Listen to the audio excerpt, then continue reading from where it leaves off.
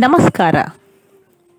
ಕರ್ನಾಟಕದ ಪ್ರತಿಷ್ಠಿತ ಸಂಶೋಧನಾ ಸಂಸ್ಥೆ ಮತ್ತು ಪತ್ರಿಕೆ ನೂಪುರ ಭ್ರಮರಿಯ ಸಂಪಾದಕಿ ಮತ್ತು ಪ್ರಾಚಾರ್ಯೆಯಾಗಿ ಡಾಕ್ಟರ್ ಮನೋರಮಾ BN ಆದ ನಾನು ನಿಮ್ಮನ್ನು ಆತ್ಮೀಯವಾಗಿ ಈ ಶೋಧ ಸರಣಿಗೆ ಸ್ವಾಗತಿಸುತ್ತಿದ್ದೇನೆ.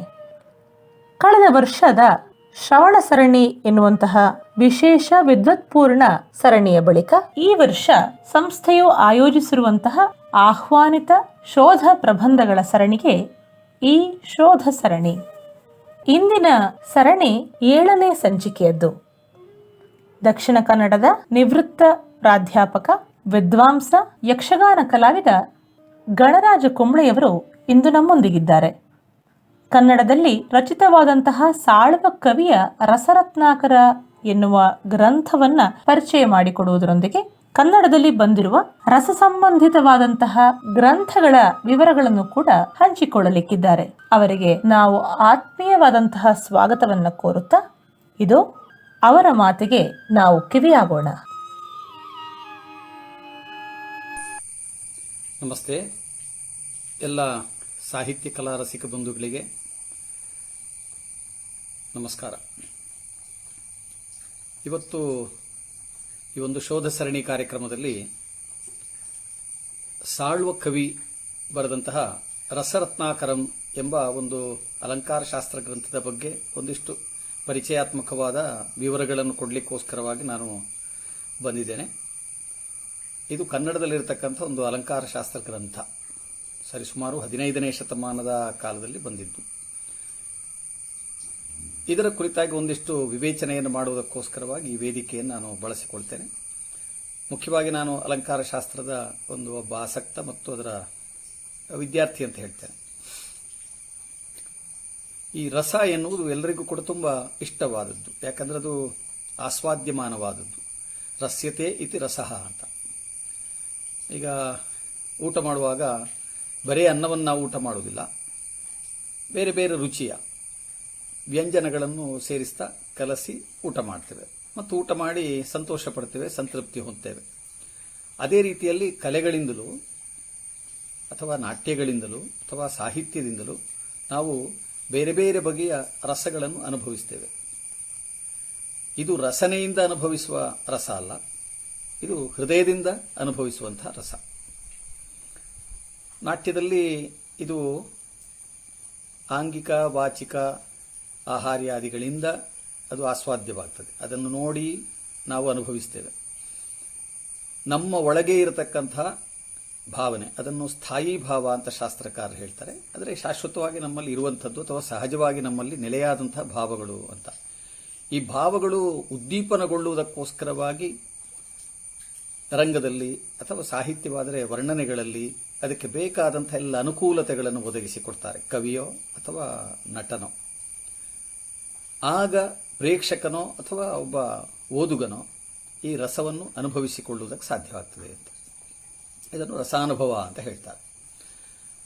ಹಾಗಾಗಿ ಸ್ಥಾಯಿ ಭಾವವೇ ವಿಭಾವ, ಅನುಭಾವ, ಸಂಚಾರಿ ಭಾವಗಳೊಂದಿಗೆ ಒಡಗೊಂಡು ಆ ಮೂಲಕವಾಗಿ ರಸೋತ್ಪತ್ತಿ ಆಗ್ತದೆ ಅಂತ. ವಿಭಾವಾನುಭಾವ ಸಂಚಾರಿ ಸಂಯೋಗಾತ್ ರಸನಿಷ್ಪತ್ತಿ ಅಂತ. ಆಮೇಲೆ ಇದರ ಬಗ್ಗೆ ಅನೇಕ ಬಗೆಯ ಪ್ರಶ್ನೆಗಳು ಕೂಡ ಇದೆ. ಸ್ಥಾಯಿ ಭಾವ ಅಂದರೆ ಯಾರದು ಎನ್ನುವ ಒಂದು ಚರ್ಚೆ ಇದೆ. ಮತ್ತು ಸ್ಥಾಯಿ ಭಾವ ಯಾರಿಂದ ಪ್ರಚೋದಿಸಲ್ಪಡ್ತದೆ? ಅದು ಸಹಜವಾಗಿಯೇ ರಂಗವನ್ನು ನೋಡ್ತಾ ಇರುವ, ರಂಗದಲ್ಲಿ ನಡೆಯುವ ಪ್ರಕ್ರಿಯೆಗಳನ್ನು ಗಮನಿಸ್ತಾ ಇರುವ ಪ್ರೇಕ್ಷಕನಲ್ಲಿ ಉದ್ಬೋಧವಾಗುವುದು ಅಥವಾ ನಟನಲ್ಲಿ ಉದ್ಬೋಧವಾಗಿ ಅದರ ಪರಿಣಾಮ ಪ್ರೇಕ್ಷಕನ ಮೇಲೆ ಆಗುವುದು, ಈ ರೀತಿಯಾದಂಥ ವಾದಗಳೆಲ್ಲ ಇವೆ. ಮತ್ತು ರಸ ಅಂದರೆ ಏನು? ರಸೋತ್ಪತ್ತಿಯ ವಿಧಾನ ಹೇಗೆ? ರಸ ಎನ್ನುವುದು ಎಲ್ಲರಿಗೂ ಸಾಮಾನ್ಯವಾಗಿ ಹುಟ್ಟುವುದಕ್ಕೆ ಸಾಧ್ಯವೇ ಎನ್ನುವುದರ ಬಗ್ಗೆ ಕೂಡ ತುಂಬಷ್ಟು ವಾದಗಳು, ಚರ್ಚೆಗಳು ಇವೆ. ರಸಾನುಭವವನ್ನು ಹೊಂದುವುದಕ್ಕೆ ಏನಾದರೂ ಸಂಸ್ಕಾರಗಳು ಬೇಕೇ? ಹೇಗೆ ಅದು ಉತ್ಪತ್ತಿ ಆಗ್ತದೆ? ಅದು ಉತ್ಪತ್ತಿಯಾಗುವ ವಿಧಾನ ಏನು ಎಂಬಿತ್ಯಾದಿ ಪ್ರಶ್ನೆಗಳು ಕೂಡ ಈ ಕ್ಷೇತ್ರದಲ್ಲಿ ಇದೆ. ಸಂಸ್ಕೃತದಲ್ಲಿ ಈ ಅಲಂಕಾರ ಶಾಸ್ತ್ರ ಅಥವಾ ಕಾವ್ಯಶಾಸ್ತ್ರ ಇದು ಬಹಳ ಪ್ರಾಚೀನ ಕಾಲದಿಂದಲೇ ಬೆಳೆದು ಬಂದಂಥ ಒಂದು ಶಾಸ್ತ್ರ. ಅದರ ಆಧಾರದಲ್ಲಿ ಕನ್ನಡಿಗರು ಕೂಡ ಕನ್ನಡದ ಶಾಸ್ತ್ರಕಾರರು ಕೂಡ ಇವುಗಳನ್ನು ಮತ್ತೆ ಮತ್ತೆ ಪರಿಷ್ಕರಿಸಿ ಹೊಸತಾಗಿ ಸಂಕಲಿಸಿ ಗ್ರಂಥ ರೂಪದಲ್ಲಿ ಅದನ್ನು ಕೊಡ್ತಾ ಬಂದಿದ್ದಾರೆ. ಅದರಿಂದ ನಮಗೆ ಒಂದು ಸ್ವಲ್ಪ ಹಿನ್ನೆಲೆಯಾಗಿ ನಾವು ಸಂಸ್ಕೃತದ ಅಲಂಕಾರ ಶಾಸ್ತ್ರಜ್ಞರ ಕೃತಿಗಳ ಮುಖ್ಯ ಅಂಶಗಳನ್ನು ನಾವು ಗಮನಿಸ್ತಾ ಬರ್ಬೋದು. ಕನ್ನಡದಲ್ಲಿ ಈ ರೀತಿಯಾದಂತಹ ಒಂದು ಅಧ್ಯಯನ ನಡೆದಿದೆ. ತೀನಂ ಶ್ರೀಕಂಠಯ್ಯನವರು ಭಾರತೀಯ ಕಾವ್ಯ ಮೀಮಾಂಸೆ ಎನ್ನುವಂಥ ಗ್ರಂಥವನ್ನೇ ಅದಕ್ಕೆ ಬರೆದು ಈ ಕ್ಷೇತ್ರದಲ್ಲಿ ಅಧ್ಯಯನ ಮಾಡುವವರಿಗೆ ಒಂದು ಒಳ್ಳೆಯ ಕೈಪಿಡಿಯನ್ನು ಕೊಟ್ಟಿದ್ದಾರೆ. ಹಿಂದೆ ಅಂದರೆ ಸಂಸ್ಕೃತದಲ್ಲಿ ಅಲಂಕಾರ ಶಾಸ್ತ್ರ ಗ್ರಂಥ ರಚನಕಾರರು ಬಹಳ ಮಂದಿ ಆಗಿ ಹೋಗಿದ್ದಾರೆ. ಅದರಲ್ಲಿ ಎಲ್ಲ ಬೇರೆ ಬೇರೆಯ ಒಂದು ಪರಂಪರೆ ಅಥವಾ ಐತಿಹಾಸಿಕವಾದಂತಹ ಅವಧಿಗಳನ್ನು ಕೂಡ ಗುರುತಿಸ್ತಾರೆ. ಭಟ್ಟಲೊಲ್ಲಟ, ಆಮೇಲೆ ಶ್ರೀಶಂಕುಕ, ಭಟ್ಟನಾಯಕ ಇಂಥವರೆಲ್ಲ ಒಂದು ಪರಂಪರೆಯ ಒಂದು ಘಟ್ಟವನ್ನು ಉದ್ಧರಿಸಿದರೆ, ಅನಂತರದಲ್ಲಿ ಅಭಿನವ ಗುಪ್ತಾದಿಗಳೆಲ್ಲ ಬರ್ತಾರೆ, ಆನಂದವರ್ಧನಾದಿಗಳೆಲ್ಲ ಬರ್ತಾರೆ. ಹೀಗೆ ಇದರಲ್ಲಿ ಒಂದೊಂದು ಬಗೆಯ ವಾದ. ಅದನ್ನು ಯಾಕೆ ಆ ಒಂದು ಘಟ್ಟವನ್ನು ನಾವಲ್ಲಿ ಗುರುತಿಸಬೇಕು ಅಂದರೆ, ಕೆಲವರು ಈ ನಟನಲ್ಲಿ ಅಥವಾ ಅನುಕಾರ್ಯನಲ್ಲಿ ಇದು ರಸೋತ್ಪತ್ತಿಯಾಗುವಂಥದ್ದು ಅಂತ ಹೇಳ್ತಾರೆ. ಇನ್ನು ಕೆಲವರು ಪ್ರೇಕ್ಷಕನಲ್ಲಿ ಅಂತ ಹೇಳ್ತಾರೆ. ಅಂದರೆ ಅಭಿನವ ಗುಪ್ತನಲ್ಲಿಯವರೆಗೆ ಒಂದು ಬಗೆಯ ವಾದ ಇತ್ತು, ಅದರ ನಂತರದಲ್ಲಿ ಅದಕ್ಕೊಂದು ಪರಿಷ್ಕಾರ ಬಂತು. ಈ ರೀತಿಯಲ್ಲಿ ಒಂದು ಘಟ್ಟವನ್ನು ನಾವು ಗುರುತಿಸಬಹುದು. ಅನುಕಾರ್ಯನಿಂದ ಸಾಮಾಜಿಕನಿಗೆ ರಸಾನುಭವ ಉಂಟಾಗ್ತದೆ ಅಂತ. ಅನುಕಾರ್ಯನಲ್ಲಿಯೇ ಸ್ಥಾಯಿ ಭಾವದ ಪುಷ್ಟಿಯಾಗುವುದು. ನಾನು ಆರಂಭದಲ್ಲಿ ಸೂಚಿಸಿದಂತೆ ಅನುಕಾರ್ಯನೇ ಸ್ಥಾಯಿ ಭಾವವನ್ನು ಪೋಷಿಸುವಂತಹ ಒಬ್ಬ ವ್ಯಕ್ತಿ ಮತ್ತು ಅವನಿಂದಾಗಿ ಸಾಮಾಜಿಕನಲ್ಲಿ ರಸೋತ್ಪತ್ತಿ ಆಗ್ತದೆ ಎನ್ನುವ ಒಂದು ನಿರ್ಧಾರಕ್ಕೆ ಆಮೇಲೆ ಅಲಂಕಾರಿಕರೆಲ್ಲರೂ ಕೂಡ ಬಂದಿದ್ದಾರೆ. ಈಗ ಉದಾಹರಣೆಗೆ ಈಗ ಶೃಂಗಾರ ರಸ ಅಂತ ಆದರೆ, ಈಗ ಕಥಾನಾಯಕಿ, ಕಾವ್ಯ ಆಗಲಿ ನಾಟ್ಯ ಆಗಲಿ ಯಾವುದೇ ಇರಲಿ, ಅದರಲ್ಲಿ ಬರುವ ಕಥಾನಾಯಕಿ ಅಥವಾ ಕಥಾನಾಯಕ ಇವರು ಆಲಂಬನ ವಿಭಾವವಾಗಿ ಇರ್ತಾರೆ. ಅಥವಾ ಈ ವಿಭಾವಗಳಲ್ಲಿಯೂ ಕೂಡ ಉದ್ದೀಪನ, ಆಲಂಬನ ಎನ್ನುವಂಥ ಎರಡು ವಿಭಾಗಗಳಿರ್ತವೆ. ಯಾವ ಯಾವ ಸಂಗತಿಗಳು ಈ ಭಾವದ ಉದ್ದೀಪನಕ್ಕೆ ಕಾರಣ ಆಗ್ತವೆ, ನಮ್ಮಲ್ಲಿ ರಸೋತ್ಪತ್ತಿಗೆ ಮೂಲ ಕಾರಣಗಳು ಏನೇನು ಎನ್ನುವುದರ ಕುರಿತಾದ ವಿವರಗಳಿವು. ಅದರಲ್ಲಿ ಈಗ ನಾವು ವರ್ಣನೆ ಆಗಿದ್ದರೆ ಅಲ್ಲಿ ಒಂದು ಉದ್ಯಾನದ ವರ್ಣನೆ ಅಥವಾ ಬೆಳದಿಂಗಳು ಇತ್ಯಾದಿಗಳೆಲ್ಲ ಕಾರಣ ಆಗ್ಬೋದು. ಅಂದರೆ ಅದನ್ನು ನೋಡ್ತಾ ಇದ್ದಂತೆಯೇ ಈಗ ಪ್ರೇಕ್ಷಕ ಆಗಿದ್ದರೆ ಅಂಥವುಗಳನ್ನು ದೃಶ್ಯದಲ್ಲಿ ಕಾಣ್ತಾ ಅದನ್ನು ಅನುಭವಿಸಬೇಕು. ಕಾವ್ಯ ಆಗಿದ್ದರೆ ಅವುಗಳ ವರ್ಣನೆಗಳು ಬೇಕು. ಅದೇ ರೀತಿಯಲ್ಲಿ ರಂಗದ ಮೇಲೆ ನಡೆಯುವಂಥ ಒಂದು ನಾಟ್ಯ ಆಗಿದ್ದರೆ ಅಲ್ಲಿ ಅನುಕಾರ್ಯನಾದವನು ಅವನು ಅಭಿನಯಿಸಬೇಕು. ಬೇರೆ ಬೇರೆ ರೀತಿಯಾದ ಅಂಗಚಲನೆಗಳ ಮೂಲಕವಾಗಿ ಅಥವಾ ರಂಗಚಲನೆಗಳ ಮೂಲಕವಾಗಿ ಇವುಗಳನ್ನು ತೋರಿಸಿಕೊಡಬೇಕು. ಅಥವಾ ಈಗ ಒಂದು ಕಡೆಗಣ್ಣ ನೋಟ ಇರ್ಬೋದು, ಅಥವಾ ಒಂದು ಮುಗುಳ್ನಗಿರ್ಬೋದು, ಅಥವಾ ಚಲನೆಯಾಗಿದ್ದರೆ ಮಂದಗಮನ ಅಥವಾ ಸ್ವಲ್ಪ ವೇಗದ ಗಮನ ಅಥವಾ ಸುತ್ತು ಬರುವಂಥದ್ದು ಅಥವಾ ರಂಗದ ಮೇಲಿನ ನಡೆಗಳು ಇತ್ಯಾದಿಗಳೆಲ್ಲ ಕಾರಣ ಆಗ್ಬೋದು. ಇವುಗಳೆಲ್ಲವೂ ಕೂಡ ಕಾರಣವಾಗಿದ್ದು ಬೇರೆ ವಿಭಾಗವಾಗಿ ಇವುಗಳನ್ನು ಗುರುತಿಸ್ತಾರೆ. ಉದ್ದೀಪನ ವಿಭಾಗವಾಗಿರಬಹುದು ಅಥವಾ ಸಂಚಾರಿ ಭಾವಗಳ ಒಂದು ಪೋಷಣೆಯು ಕೂಡ ಇದಕ್ಕೆ ದೊರೆಯಬಹುದು. ಅಂದರೆ ಒಂದು ಇನ್ನೊಂದಕ್ಕೆ ಪೂರಕವಾಗಿ ವರ್ತಿಸಬೇಕು. ಹಾಗೆ ವರ್ತಿಸಿದಾಗ ಮಾತ್ರ ಸ್ಥಾಯಿ ಭಾವ ಪೋಷಿತವಾಗ್ತದೆ ಅಂತ. ಸಾಮಾನ್ಯವಾಗಿ ನಾವು ರಂಗದ ದೃಶ್ಯಗಳನ್ನು ಕಾಣುವಾಗ ನಮಗೆ ಗೊತ್ತಾಗ್ತದೆ, ಒಬ್ಬ ಒಳ್ಳೆಯ ಪರಿಣಾಮಕಾರಿ ಅಭಿನಯವನ್ನು ಮಾಡತಕ್ಕಂಥ ಒಬ್ಬ ನಟ ಇದ್ದಾನೆ ಅಂತ ಆದರೆ ಅವನಲ್ಲಿ ರಸ ಉತ್ಪತ್ತಿ ಆಗ್ತಾ ಇದೆ, ಒಂದು ಶಿಖರಕ್ಕೆ ತಲುಪ್ತಾ ಇದೆ ಎನ್ನುವುದನ್ನು ನಾವು ಪ್ರೇಕ್ಷಕರಾದವರು ರಂಗ ಸಭೆಯಲ್ಲಿ ಕೂತ್ಕೊಂಡು ಅದನ್ನು ಗಮನಿಸ್ತಾ ಇರ್ತೇವೆ. ಯಾರು ಇದನ್ನು ಅತ್ಯಂತ ಒಂದು ಉತ್ತಮವಾದಂಥ ರೀತಿಯಲ್ಲಿ ಅತ್ಯಂತ ಎತ್ತರಕ್ಕೆ ನಮ್ಮನ್ನು ಎತ್ತಬಲ್ಲರೋ ಅವರು ಮಾತ್ರ ಒಳ್ಳೆಯ ರಸಾನುಭವವನ್ನು ಕೊಡುವುದಕ್ಕೆ ಸಾಧ್ಯ ಅಂತ. ಹಾಗಂತ ಅನುಕಾರ್ಯನಾದವನು ಅವನು ಪೋಷಣೆ ಮಾಡಬೇಕು ಹೊರತು ಅವನು ಅದರಲ್ಲಿ ಮಗ್ನನಾಗಬಾರದು. ಇದು ಕೂಡ ಒಂದು ಮುಖ್ಯ ಅಂತ ಹೇಳಿದರೆ, ನಮ್ಮ ಪ್ರೇಕ್ಷಕರಲ್ಲಿರುವ ಯಾವ ಸ್ಥಾಯಿ ಭಾವ ಇದೆಯೋ ಅದನ್ನು ಎಚ್ಚರಿಸುವಷ್ಟು ನಟನೆ ಅವನದಾಗಬೇಕು. ಇದು ಬಹಳ ಮುಖ್ಯ. ಅದಕ್ಕೆ ಇನ್ನೂ ಒಂದಿಷ್ಟು ಅದರ ಹಂತಗಳನ್ನು ಹೇಳ್ತಾರೆ. ಒಂದು ರಸ ಉತ್ಪತ್ತಿಯಾಗುವ 3 ಹಂತಗಳನ್ನು, ರಸ ಉತ್ಪತ್ತಿಯಾಗುವ 3 ಹಂತ. 3 ಹಂತ ಅಂದರೆ ಒಂದನ್ನು ಜ್ಞಪ್ತಿ ಅಂತ ಹೇಳ್ತಾರೆ, ಅಂದರೆ ನೆನಪಿಸಿಕೊಡುವುದು ಎಂದ ಹಾಗೆ. ಎರಡನೆಯದು ಉತ್ಪತ್ತಿ ಅಂತ ಹೇಳ್ತಾರೆ. ಮೂರನೆಯ ಹಂತವನ್ನು ಪುಷ್ಟಿ ಅಂತ ಹೇಳ್ತಾರೆ. ಅಂದರೆ ಒಬ್ಬ ನಾವು ಗಮನಿಸಿದಂತೆ ಈಗ ಒಬ್ಬ ಪ್ರೇಕ್ಷಕನಿರ್ಬೋದು ಅಥವಾ ಕಾವ್ಯದ ಓದುಗನಿರ್ಬೋದು, ಓದುತ್ತಾ ಹೋದಂತೆ ಅವನಲ್ಲಿ ಈ ಬಗೆಯ ಒಂದು ಸಂಚಲನ ಮತ್ತು ಸಂವರ್ಧನ, ಈ ಭಾವಗಳ ಸಂವರ್ಧನವಾಗ್ತಾ ಹೋಗುವುದನ್ನು ನಾವು ಗಮನಿಸಬಹುದು. ಹಾಗಾಗಿ ಇದು ರಸದ ಪೋಷಣೆಯ ಒಂದು ವಿಧಾನ ಅಂತ. ಇದು ಒಂದು ಹಂತದ ಈ ಒಂದು ಚಿಂತನೆಗಳು. ಇದೆಲ್ಲ ಭಟ್ಟ ಲೊಲ್ಲಟನಂತಹ ಅಲಂಕಾರಿಕರಿಂದ ನಾವೀಗ ಐತಿಹಾಸಿಕವಾಗಿ ನೋಡುವಾಗ ಆ ಹಂತದಿಂದ ಇದನ್ನು ನೋಡ್ತಾ ಬರ್ತಾ ಇದ್ದೇವೆ.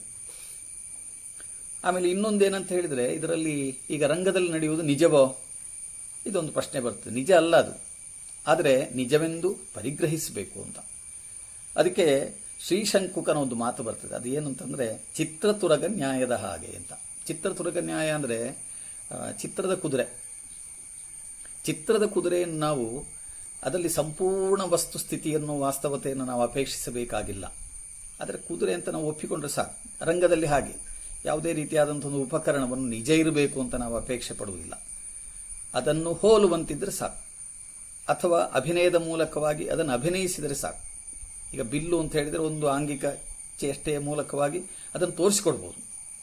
ಒಂದು ಬಾಣದ ಎಸುಗೆ ಅಂತಿದ್ರೆ ಅದನ್ನು ತೋರಿಸಿಕೊಡ್ಬೋದು. ಅದರ ಮೂಲಕವಾಗಿ ಪ್ರೇಕ್ಷಕನಾದವನು ಅಥವಾ ರಸಿಕನಾದವನು ಅದನ್ನು ಅನುಭವಿಸಲಿಕ್ಕಾಗ್ತದೆ. ಇದು ಒಂದು ರೀತಿಯಾದಂತಹ, ಇದನ್ನು ನಿಜ ಅಂತ ತಿಳಿಯುವುದು ಹೇಗೆಂದರೆ ಚಿತ್ರತುರಗ ನ್ಯಾಯದ ಹಾಗೆ ಅಂತ. ಆಮೇಲೆ ಸಾಮಾಜಿಕ ಅಥವಾ ಪ್ರೇಕ್ಷಕ, ಇವನು ಈ ರಂಗದಲ್ಲಿ ನಡೆಯುವಂತಹ ಎಲ್ಲ ದೃಶ್ಯಾವಳಿಗಳನ್ನು ಅಥವಾ ಅಭಿನಯಗಳನ್ನು ನೋಡ್ತಾ ನೋಡ್ತಾ ಅವನು ಯಾವ ರೀತಿಯಲ್ಲಿ ತನ್ನ ಈ ರಸ ವ್ಯಾಪಾರದಲ್ಲಿ ತೊಡಗಿಕೊಳ್ತಾನೆ ಎನ್ನುವುದರ ಬಗ್ಗೆ ಕೂಡ ಒಂದು ಕುತೂಹಲದ ಅಂಶ ಇದರಲ್ಲಿದೆ. ಶ್ರೀಶಂಕುಕನ ಪ್ರಕಾರ ಸಾಮಾಜಿಕನಾದವನು ಇಲ್ಲಿ ತಟಸ್ಥನಾಗಿದ್ದುಕೊಂಡು ಈ ಅನುಭವಗಳನ್ನು ಹೊಂತಾನೆ ಅಂತ. ಅಂದರೆ ಅವನು ಏನನ್ನು ಕ್ರಿಯಾಶೀಲವಾಗಿ ನಡೆಸಿಕೊಡುವುದಿಲ್ಲ. ಹಾಗೆ ಮತ್ತಿನ ಹಂತದಲ್ಲಿ ಭಟ್ಟನಾಯಕನು, ಅವನು ಕೂಡ ಈ ಸಾಧಾರಣೀಕರಣ ಇದನ್ನು ಹೇಳ್ತಾನೆ. ಅಂದರೆ ಒಂದು ಸಾಮಾಜಿಕನಾದವನಿಗೆ ರಂಗದ ಮೇಲೆ ನಡೆಯುವ ವ್ಯಾಪಾರ ಅದು ಭೋಗದ ವಿಷಯ. ಅದರಲ್ಲಿ ಒಂದು ರೀತಿಯಲ್ಲಿ ಈ ವ್ಯಂಜನ ವ್ಯಾಪಾರದಿಂದ ಇವನಲ್ಲಿ ಉಂಟಾಗತಕ್ಕಂತಹ ರಸೋತ್ಪತ್ತಿ ಎನ್ನುವುದು ಅದು ಅವನಿಗೆ ಒಂದು ಭೋಗದ ವಿಷಯ. ರಂಗದ ಮೇಲಿನ ನಟನು ಪ್ರೇಕ್ಷಕನು ಅವರಿಬ್ಬರು ಕೂಡ ಸಮಾನವಾಗಿ ಇದನ್ನು ಅನುಭವಿಸಲಿಕ್ಕೆ ಸಾಧ್ಯ ಆಗ್ತದೆ ಅಂತ ಹೇಳ್ತಾನೆ. ಇದು ರಸೋತ್ಪತ್ತಿಗೆ ಸಂಬಂಧಪಟ್ಟ ಹಾಗೆ ಭಟ್ಟನಾಯಕನ ಒಂದು ಅಭಿಪ್ರಾಯ. ಅದು ಕಾವ್ಯದಲ್ಲಾಗಿದ್ದರೆ ಶಬ್ದಗಳ ಬಳಕೆಗಳಿಂದ ಅಥವಾ ಶಬ್ದವೇ ದ್ರವ್ಯವಾಗಿದ್ದುಕೊಂಡು, ರಂಗಾಗಿದ್ದರೆ ಅದರಲ್ಲಿ ಬೇಕಾದಂಥ ಎಲ್ಲ ಸಂಗತಿಗಳನ್ನು ಅಥವಾ ವಸ್ತುಗಳನ್ನು ಮತ್ತು ಅಭಿನಯದ ವಿವಿಧ ಪ್ರಕಾರಗಳನ್ನು ಬಳಸಿಕೊಳ್ಳುವುದರ ಮೂಲಕವಾಗಿ ಇದನ್ನು ಸೃಷ್ಟಿ ಮಾಡಲಿಕ್ಕೆ ಅನುಕೂಲ ಆಗ್ತದೆ ಅಂತ. ಅದರ ಭೋಕ್ತೃವಾಗಿರುವವನು ಸಾಮಾಜಿಕ ಅಂತ. ಇದು ರಂಗದಿಂದ ಪ್ರೇಕ್ಷಕನ ಕಡೆಗೆ ಹರಿದು ಹೋಗತಕ್ಕಂಥ ಒಂದು ವ್ಯಾಪಾರ. ಹೀಗೆ ಇದಕ್ಕೆ ಭಟ್ಟನಾಯಕನು ಈ ಥರದ ವಿವರಣೆಗಳನ್ನೆಲ್ಲ ಕೊಡ್ತಾನೆ. ಆಮೇಲೆ ಹಂತದಲ್ಲಿ ಬರುವಾಗ ಅಭಿನವಗುಪ್ತನು ಬಹಳ ಪ್ರಧಾನವಾದಂತಹ ಕಾರ್ಯಗಳನ್ನೆಲ್ಲ ನಡೆಸಿಕೊಟ್ಟವನು ಈ ಅಲಂಕಾರ ಶಾಸ್ತ್ರ ಕ್ಷೇತ್ರದಲ್ಲಿ. ಹಾಗಾಗಿ ಅವನಿಗೆ ಬಹಳ ಮುಖ್ಯವಾದಂಥ ಒಂದು ಸ್ಥಾನ ಬರ್ತದೆ ಆ ಹಂತಕ್ಕೆ ಬರುವಾಗ. ಯಾಕೆಂದರೆ ಅವನ ಪ್ರಕಾರ ಅವನ ಕಾಲದಲ್ಲಿ ಈ ಹಳಬರ ಸಾಧನೆಗಳನ್ನೆಲ್ಲ ಅವನು ಒಂದು ರೀತಿಯಲ್ಲಿ ಅದನ್ನು ಮೀರಿ ಅಂದರೆ ಅದನ್ನು ಆ ಮೆಟ್ಟಲುಗಳನ್ನು ಏರಿ, ಒಂದು ಸೋಪಾನ ಪದ್ಧತಿಯಲ್ಲಿ ಮೆಟ್ಟಲನ್ನು ಏರಿ ಅದರಿಂದ ಉನ್ನತವಾದಂತಹ ವಿಷಯಗಳನ್ನು ಆತ ಹೇಳಲಿಕ್ಕೆ ಪ್ರಯತ್ನ ಪಡ್ತಾನೆ. ಒಂದು ರೀತಿಯಲ್ಲಿ ಎಲ್ಲ ಅಂಶಗಳನ್ನು, ತನಗಿಂತ ಹಿಂದೆ ಹೇಳಿದ ಎಲ್ಲ ಅಂಶಗಳನ್ನು ಕೂಡ ಒಂದು ರೀತಿಯಲ್ಲಿ ಮತ್ತೆ ಸಂಕಲನ ಮಾಡಿ, ಒಂದಿಷ್ಟು ಸಂತುಲನ ಮಾಡಿ, ಆ ರೀತಿಯಲ್ಲಿ ಅದನ್ನು ಮತ್ತೆ ಹೇಳಲಿಕ್ಕೆ ಪ್ರಯತ್ನ ಪಟ್ಟಂತಹ ಒಬ್ಬ ವ್ಯಕ್ತಿಯವನು. ಆಮೇಲೆ ಇನ್ನೊಂದು ಮುಖ್ಯವಾದಂತಹ ವಿಚಾರ ಅಂತ ಹೇಳ್ತಾನೆ ಅವನು, ಈ ಸಾಧಾರಣೀಕರಣದ ವಿಷಯ, ಅದೇ ರೀತಿಯಲ್ಲಿ ತಟಸ್ಥನಾಗಿ ಇರುವಂತಹ ವಿಷಯ, ಇವುಗಳನ್ನೆಲ್ಲ ಆತ ಪ್ರಸ್ತಾಪ ಮಾಡ್ತಾನೆ. ಅದರಲ್ಲಿ ಒಂದು ವಿಷಯವನ್ನು ಹೇಳ್ತಾನೆ. ಈಗ ರಸಾಸ್ವಾದನೆಯಾಗುವುದು ಯಾರಿಗೆ ಇದರ ಮೂಲ ವಾಸನೆ ಇದೆಯೋ ಅವರಿಗೆ ಅಂತ. ಮೂಲ ವಾಸನೆ ಇಲ್ಲದಿದ್ದವರಿಗೆ ರಸಾಸ್ವಾದನ ಆಗುವುದಿಲ್ಲ ಅಂತ. ಸ ವಾಸನಾನಾಂ ಸಭ್ಯಾನಾಂ ರಸಸ್ಯಾಸ್ವಾದನಂ ಭವೇತ್ ಅಂತ. ನಿರ್ವಾಸನಾಸ್ತು ರಂಗಾಂತಹ ಕಾಷ್ಠಗುಡ್ಯಾಶ್ಚ ಸನ್ನಿಭಾ. ರಂಗದಲ್ಲಿ, ರಂಗಮಂದಿರದಲ್ಲಿ ಸಭಾಸದರು ಇರ್ತಾರೆ, ಅದೇ ರೀತಿಯಲ್ಲಿ ಗೋಡೆ, ಆಮೇಲೆ ಉಪಕರಣಗಳು ಕೂಡ ಇರ್ತವೆ. ಅವೆಲ್ಲ ಜಡ, ಅವುಗಳಿಗೆ ರಸಾಸ್ವಾದನ ಇಲ್ಲ. ರಸಾಸ್ವಾದನವಾದ ಅವಕಾಶ ಇರುವುದು ಯಾರಿಗೆ ಅಂದರೆ ರಂಗದಲ್ಲಿರುವಂತಹ ಸುಸಂಸ್ಕೃತರಾದ ಸಭ್ಯರಿಗೆ ಮಾತ್ರ.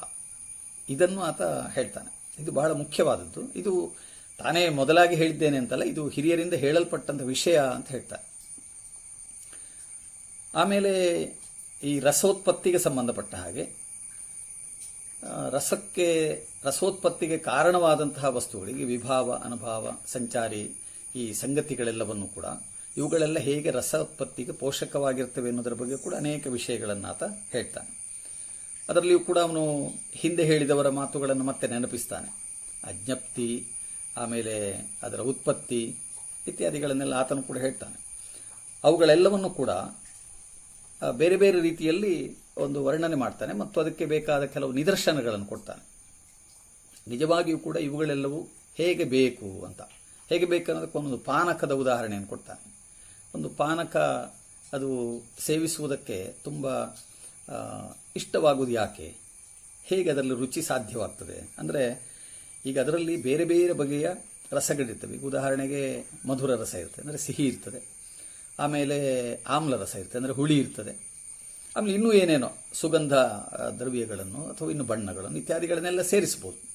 ಆ ಪಾನಕವನ್ನು ಒಂದು ಪಾತ್ರೆಯಲ್ಲಿಟ್ಟು ಆ ಪಾತ್ರೆಯನ್ನು ನೋಡುತ್ತಾ ಅದನ್ನು ನಾವು ನಾಲಿಗೆಗೆ ಇಳಿಸಿಕೊಂಡಾಗ ಅದರಿಂದ ಸಿಗುವಂಥ ಒಂದು ಸುಖ, ಅದು ಸಮಷ್ಟಿಯಾಗಿ ನಮಗೆ ದೊರಕುವಂಥದ್ದು. ಅದು ಪ್ರತ್ಯೇಕವಾಗಿ ಅಲ್ಲ, ಅಲ್ಲಿ ಹುಳಿ ಬೇರೆ ಅಥವಾ ಸಿಹಿ ಬೇರೆ ಅಂತಿಲ್ಲ, ಅಥವಾ ಅದರಲ್ಲಿರುವಂಥ ಇತರ ಸುಗಂಧ ದ್ರವ್ಯಗಳು ಪ್ರತ್ಯೇಕ ಅಂತ ಇಲ್ಲ, ಒಂದು ಸಮಷ್ಟಿಯಾಗಿ ಅದನ್ನು ನಾವು ಅನುಭವಿಸುವಂಥದ್ದು. ಆದ್ದರಿಂದ ಇದು ಒಂದು ಕಾವ್ಯದಲ್ಲಾಗಲಿ ಅಥವಾ ನಾಟ್ಯದಲ್ಲಾಗಲಿ ಇದು ನಮಗೆ ವೇದ್ಯವಾಗತಕ್ಕಂಥದ್ದು ಅಂತ ಅವನು ಹೇಳ್ತಾನೆ. ಆಮೇಲೆ ಇನ್ನು ಬೇರೆ ಬೇರೆ ಬಗೆಯಲ್ಲಿ ಈಗ ರಸ ಅನುಭವಗಳು ಉಂಟಾಗುವಾಗ ಇದು ರಸಾನುಭವದ ಜೊತೆಗೆ ನಮಗೂ ಇರತಕ್ಕಂಥ ಕೆಲವು ಸಮಸ್ಯೆಗಳ ಬಗ್ಗೆ ಕೂಡ ಅಲ್ಲಿ ಪ್ರಸ್ತಾಪ ಬರ್ತದೆ. ಅದಕ್ಕೆ ಬೇರೆ ಬೇರೆ ವಿಘ್ನಗಳು ಅಂತ ಹೇಳ್ತಾರೆ, ವಿಘ್ನ ಸಪ್ತಕಗಳು ಅಂತ ಒಂದು ಪ್ರಸ್ತಾಪ ಆಗಿದೆ. ಅದನ್ನು ಕೂಡ ಆತ ಹೇಳ್ತಾನೆ. ಅದರಲ್ಲಿ ಸಂಭಾವನಾ ವಿರಹ, ದೇಶಕಾಲ ವಿಶೇಷಾವೇಶ, ನಿಜ ಸುಖಾದಿ ವಿವಶೀಭಾವ, ಆಮೇಲೆ ಪ್ರತೀತ್ಯುಪಾಯ ವೈಕಲ್ಯ, ಸ್ಫುಟತ್ವಾಭಾವ, ಅಪ್ರಧಾನತ, ಸಂಶಯ ಯೋಗ ಇತ್ಯಾದಿಗಳನ್ನೆಲ್ಲ ಅಲ್ಲಿ ಹೇಳ್ತಾರೆ. ಈ ವಿಘ್ನಗಳನ್ನು ನಿವಾರಿಸಿಕೊಂಡು ಒಂದು ರೀತಿಯಲ್ಲಿ ಆನಂದವನ್ನು ಸಂಪಾದಿಸಬೇಕು ಅಂತ. ಆಮೇಲೆ ರಸಾನುಭವ ಎನ್ನುವುದಕ್ಕೆ ಈಗ ಕಾವ್ಯದಲ್ಲಾಗಿದ್ದರೆ ರಸಾನುಭವಕ್ಕೆ ಮೂಲ ಎಲ್ಲಿ ಎನ್ನುವುದರ ಬಗ್ಗೆ ಒಂದು ವಿಚಾರವನ್ನು ಹೇಳ್ತಾರೆ. ಕವಿಯಲ್ಲಿದ್ದ ರಸವೇ ಈ ರಸೋತ್ಪತ್ತಿಗೆ ಮೂಲ ಬೀಜ ಅಂತ.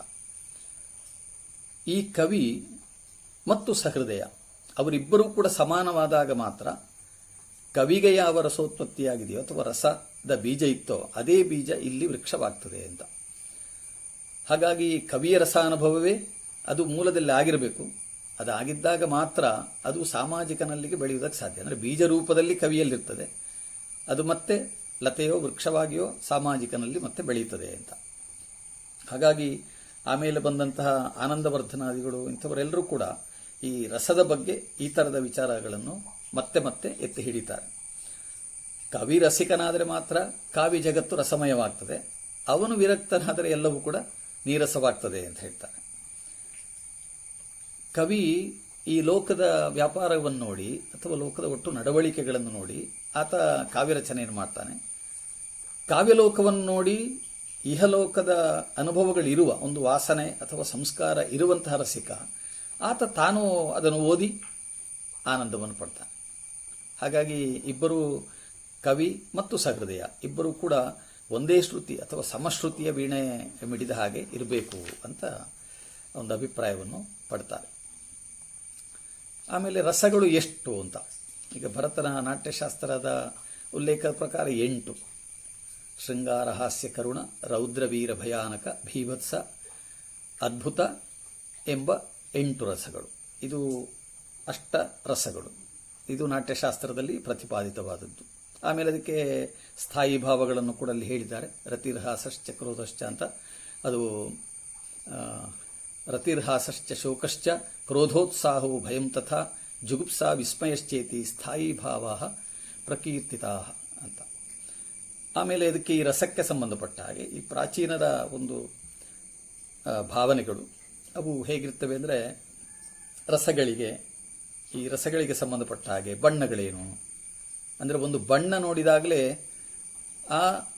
ಅಂದರೆ ಬಣ್ಣ ಹಚ್ಚುವುದ ಅಥವಾ ಬಣ್ಣವನ್ನು ಲೇಪಿಸಿಕೊಂಡು ಬಂದಾಗಲೇ ಅಥವಾ ಬಣ್ಣದ ಬಟ್ಟೆಯನ್ನು ಉಟ್ಟಾಗಲೇ ಆಗ ಒಂದು ರಸಪ್ರತೀತಿ ಉಂಟಾಗಲಿಕ್ಕೆ ಬೇಕಾದ ಒಂದು ಬೀಜವಾಪನೆಯಾದ ಹಾಗೆ ಆಗ್ತದೆ ಅಂತ. ಈ ರಂಗದಲ್ಲಿ ಈ ಕಪ್ಪು ಬಣ್ಣ ತುಂಬ ಕಂಡ್ರೆ, ಕೆಂಪು ಬಣ್ಣ ತುಂಬ ಕಂಡ್ರೆ ಅಥವಾ ಹಸಿರು, ನೀಲಿ ಇತ್ಯಾದಿ ಬಣ್ಣಗಳು ಕಂಡಾಗ ಪ್ರೇಕ್ಷಕನ ಮನಸ್ಸಿಗೆ ಉಂಟಾಗುವ ಭಾವನೆಯ ಬೀಜ ಅದು ಮುಂದೆ ಬೆಳೀಲಿಕ್ಕೆ ಬೇಕಾದಂತಹ ಅನುಕೂಲತೆಗಳನ್ನು ಹೊಂದಿಕೊಳ್ತದೆ ಅಂತ. ಆಮೇಲೆ ಒಂದೊಂದು ಬಣ್ಣಕ್ಕೂ ಒಂದೊಂದು ರಸಕ್ಕೂ ಒಬ್ಬೊಬ್ಬ ದೇವತೆ ಪ್ರಾತಿನಿಧಿಕವಾಗಿ ಆ ಥರದಲ್ಲಿ ಅಧಿದೇವತೆಗಳನ್ನು ಕೂಡ ಹೇಳ್ತಾರೆ. ಹೀಗೆ ಆಮೇಲೆ ತುಂಬ ಇಂಥ ರಸಕ್ಕೆ ಸಂಬಂಧಪಟ್ಟ ಹಾಗಿರುವ ವಿಷಯಗಳನ್ನು ಭರತ ತನ್ನ ನಾಟ್ಯಶಾಸ್ತ್ರದಲ್ಲಿ ಭರತ ಮುನಿ ಹೇಳ್ತಾ ಬಂದಿದ್ದಾನೆ. ಆಮೇಲೆ ರಸಗಳಲ್ಲಿ ಶೃಂಗಾರ ರಸದ ಬಗ್ಗೆ, ಹಾಸ್ಯರಸದ ಬಗ್ಗೆ ಎಲ್ಲ ಬೇರೆ ಬೇರೆ ಬಗೆಯ ವಿವರಗಳೆಲ್ಲ ಉಂಟು.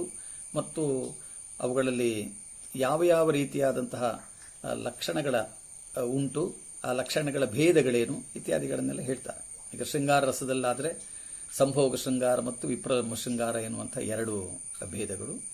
ಪ್ರಿಯರ ಸೇರಿಕೆಯನ್ನು ಸಂಭೋಗ ಶೃಂಗಾರ ಅಂತಲೂ, ಪ್ರಿಯರ ಅಗಲಿಕೆಯನ್ನು ವಿಪ್ರಲಂಬ ಶೃಂಗಾರ ಅಂತಲೂ ಹೇಳ್ತಾರೆ.